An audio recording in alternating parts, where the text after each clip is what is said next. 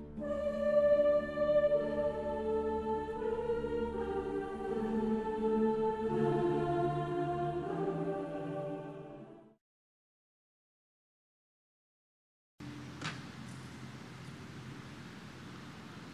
Senhor esteja convosco. Proclamação do Evangelho de Jesus Cristo segundo Mateus.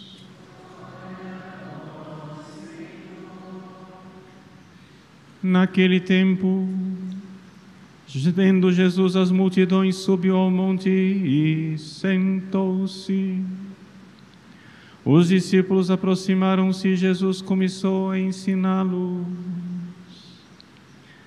Bem-aventurados os pobres em espírito, porque deles é o reino dos céus. Bem-aventurados os aflitos, porque serão consolados. Bem-aventurados os mansos, porque possuirão a terra. Bem-aventurados os que têm fome e sede de justiça, porque serão saciados. Bem-aventurados os misericordiosos, porque alcançarão misericórdia. Bem-aventurados os puros de coração, porque verão a Deus. Bem-aventurados os que promovem a paz, porque serão chamados filhos de Deus. Bem-aventurados os que são perseguidos por causa da justiça, porque deles é o reino dos céus. Bem-aventurados sois vós, quando vos injuriarem e perseguirem, e mentindo disserem todo tipo de mal contra vós, por causa de mim. Alegrai-vos e exultai, porque será grande a vossa recompensa nos céus. Palavra da salvação.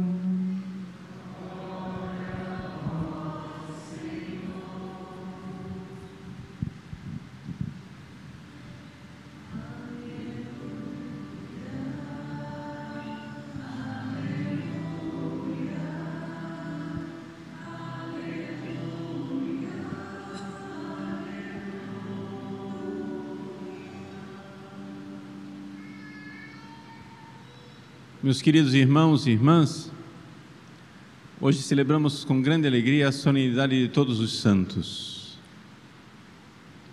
Grande alegria de saber que a felicidade existe. Parece tolo, até mesmo parece óbvio dizer isso, mas é porque nós não paramos para pensar. Se nós olharmos para este mundo, e se olharmos para este mundo com objetividade, com sinceridade, com aquela sinceridade cruel e selvagem de quem quer encontrar a verdade, a nossa conclusão é óbvia: neste mundo não há felicidade. Não há felicidade perfeita, não há felicidade plena. Nesse mundo não há. Então nós temos sede de felicidade, nós queremos ser felizes, mas nesse mundo o que encontramos? Encontramos pequenos momentos de alegria, de uma alegria efêmera, de uma alegria que de manhã brota e de tarde fenece, uma alegria que murcha, uma alegria que passa, uma alegria transitória, uma alegria caduca, uma alegria que se apaga com as luzes do sábado à noite. Ontem à noite, quantas pessoas saíram para pecar? Quantas pessoas saíram de casa para ofender a Deus? Num momento de felicidade, num momento de alegria tresloucada, chegaram em casa esta madrugada ou esta manhã, uns sóbrios, outros cambaleando, e a alegria se apagou quando se apagou a luz do quarto. Não, meus queridos, esse mundo não tem felicidade para nos oferecer, e no entanto, a felicidade existe. A felicidade pela qual anseiam os corações humanos, todos os nossos corações. A felicidade, ela existe. E nós hoje celebramos milhões de seres humanos, uma multidão incalculável, diz o livro do Apocalipse, milhões de seres humanos que chegaram à felicidade, a felicidade plena. São os bem-aventurados, os felizes.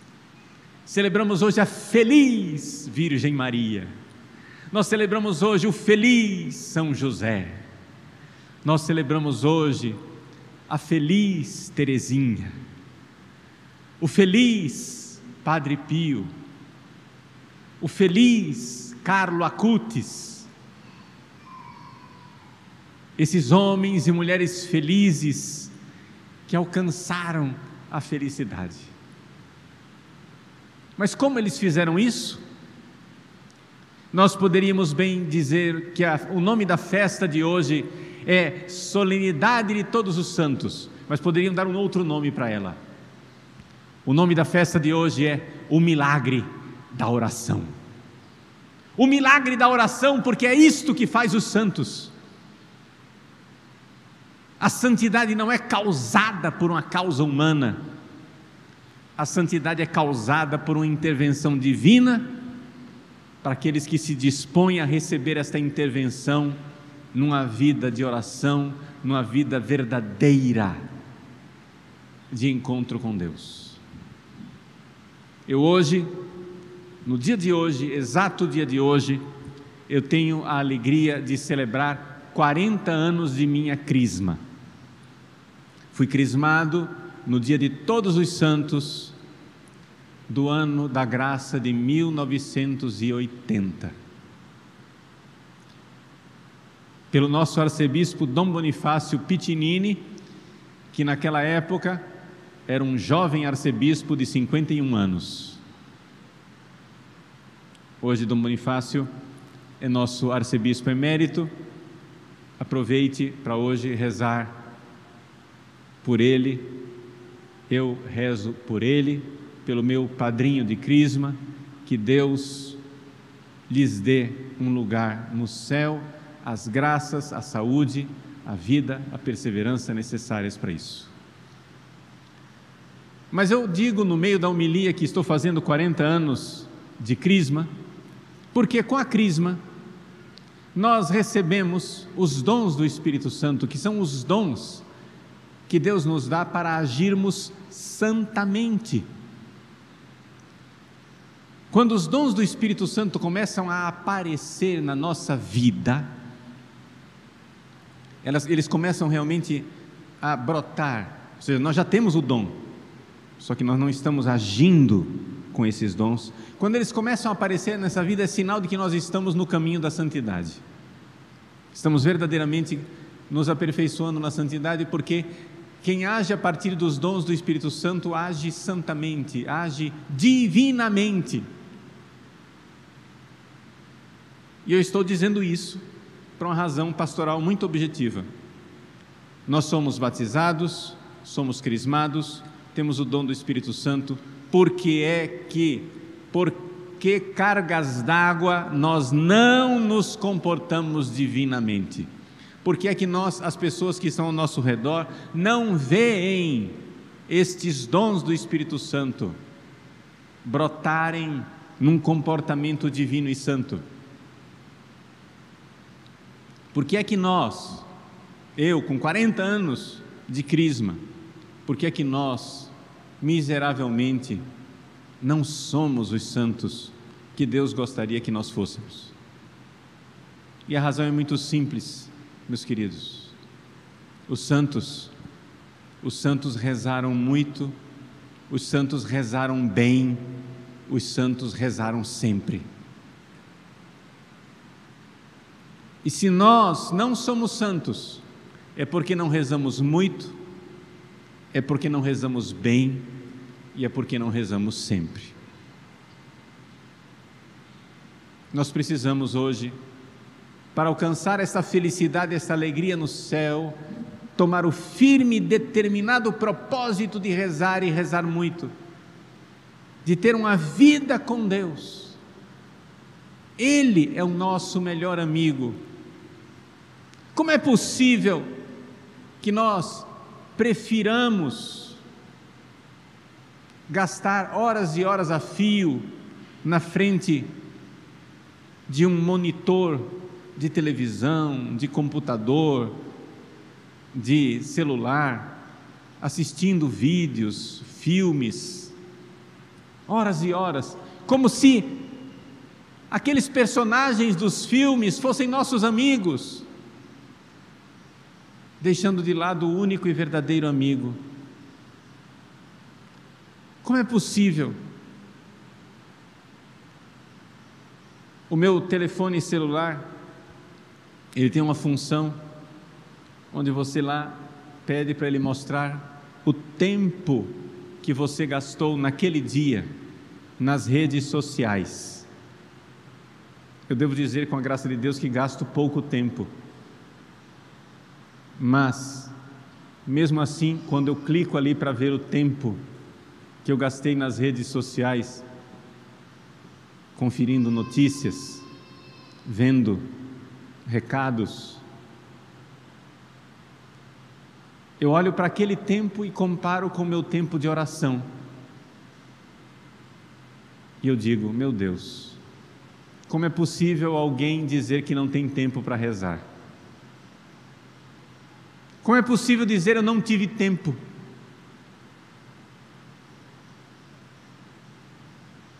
Meus queridos, nós temos tempo, o que nós não temos é amor.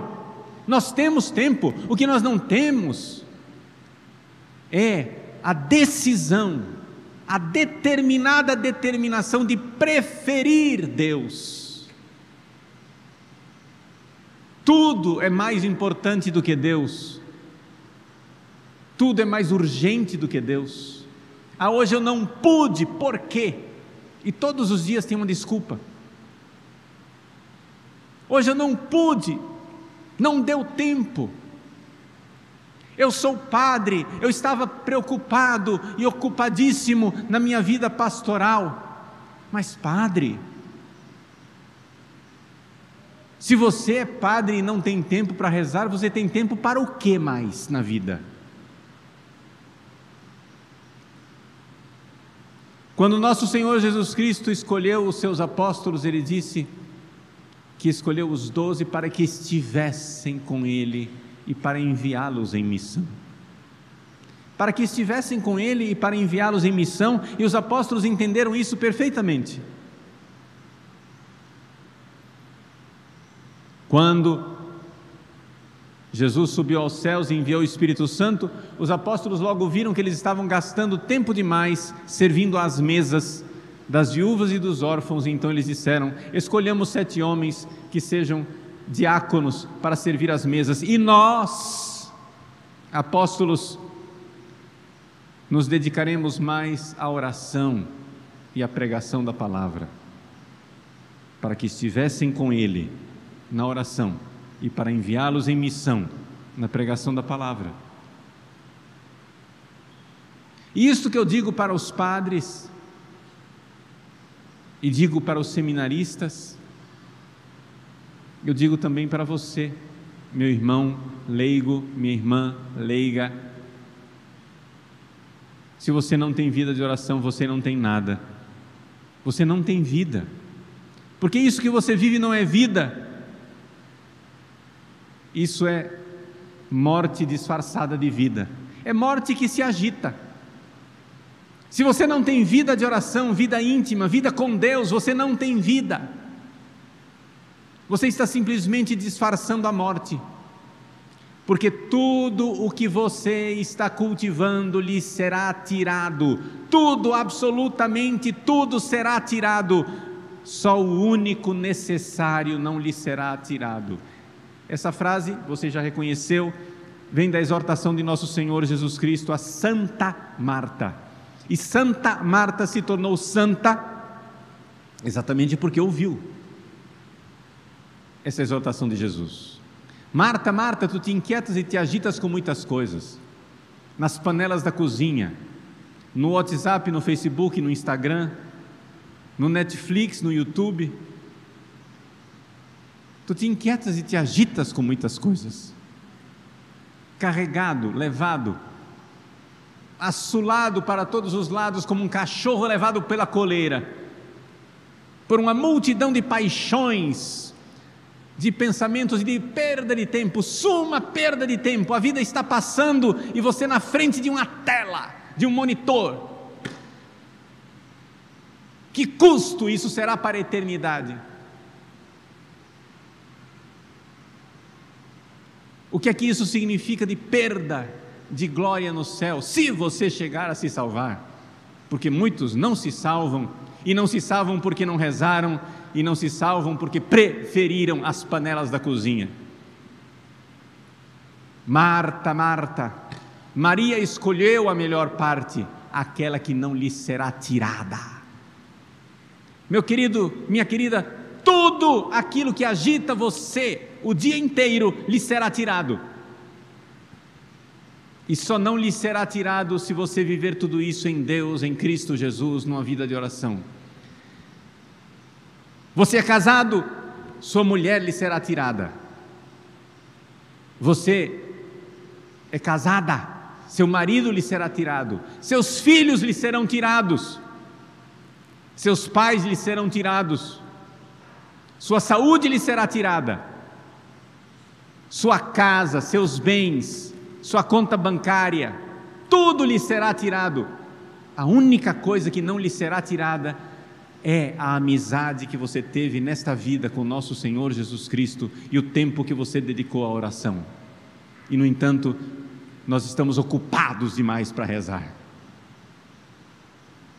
Não, meus queridos, nós não seremos santos, e não seremos santos nunca se não rezarmos, porque a santidade é uma ação divina.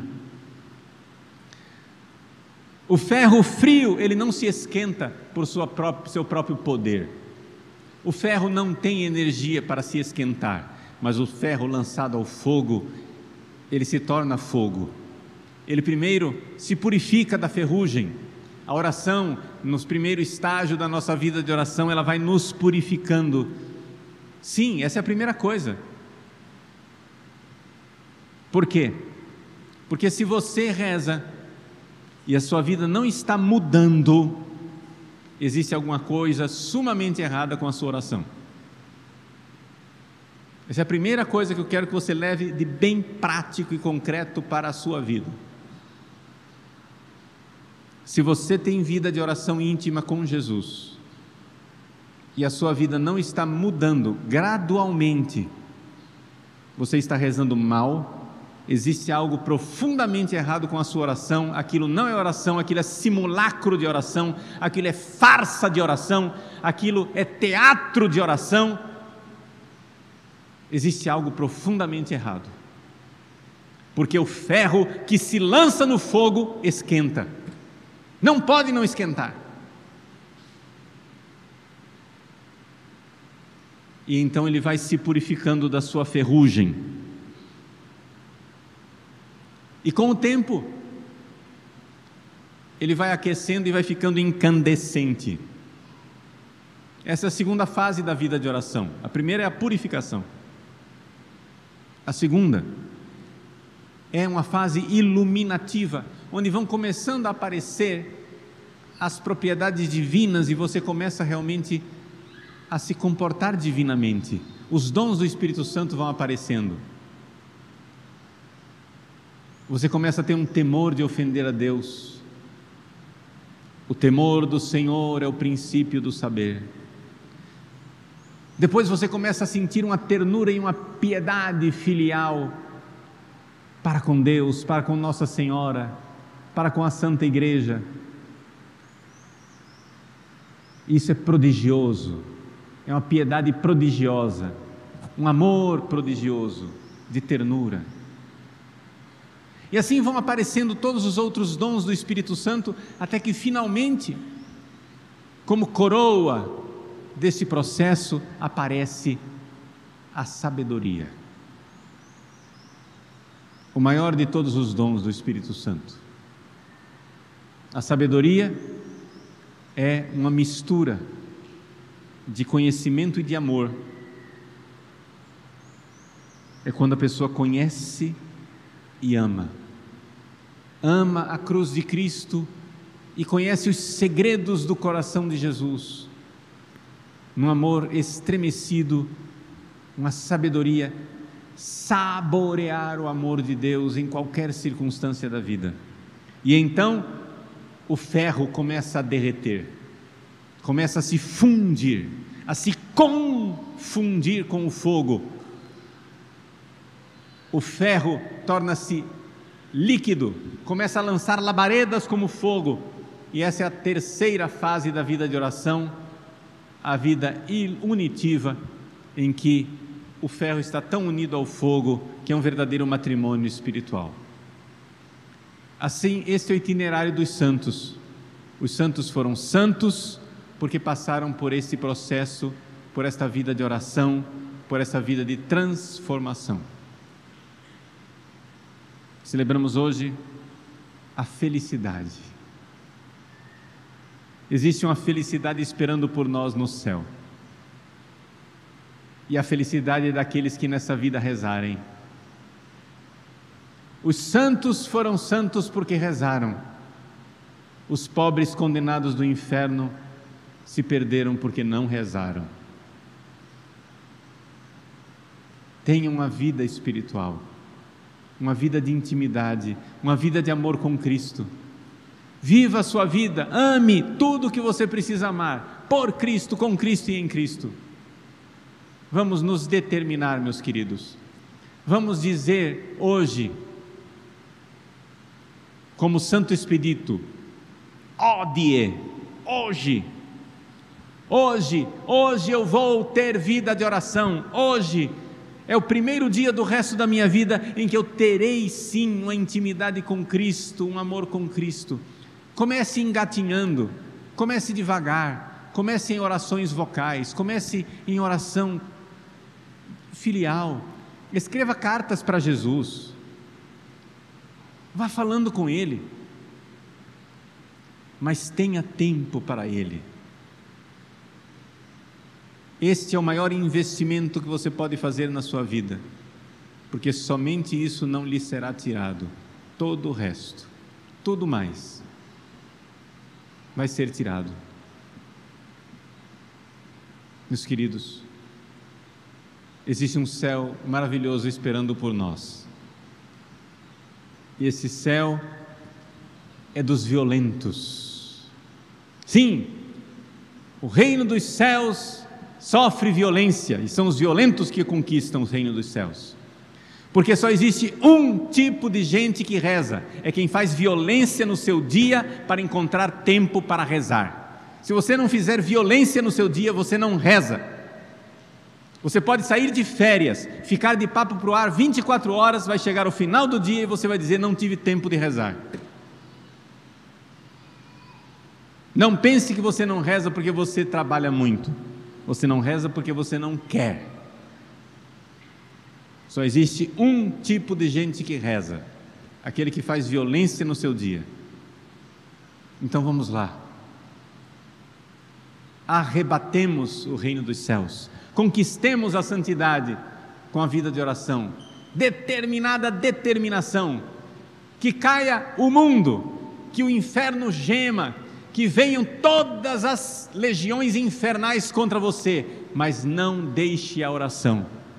Outro dia eu dizia para um padre, um sacerdote, que é meu dirigido espiritual, eu disse para ele: padre, deixe o sacerdócio, mas não deixe a oração.